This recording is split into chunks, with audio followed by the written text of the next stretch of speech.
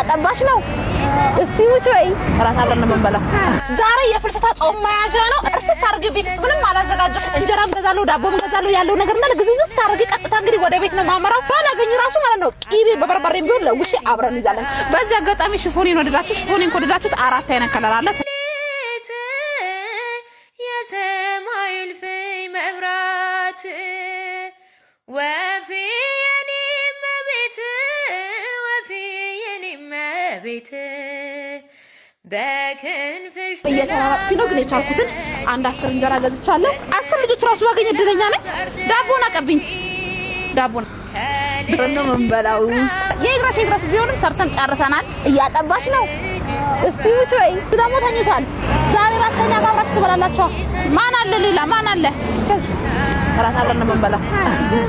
እዛ ጋለች እንጠራታለሁ። ቆይ ጾም ያዛ ና ብላ ጾም ያዙ። እሺ ይሄው እኔ አብሬ እበላለሁ። አይጣፍጥም እንዴ?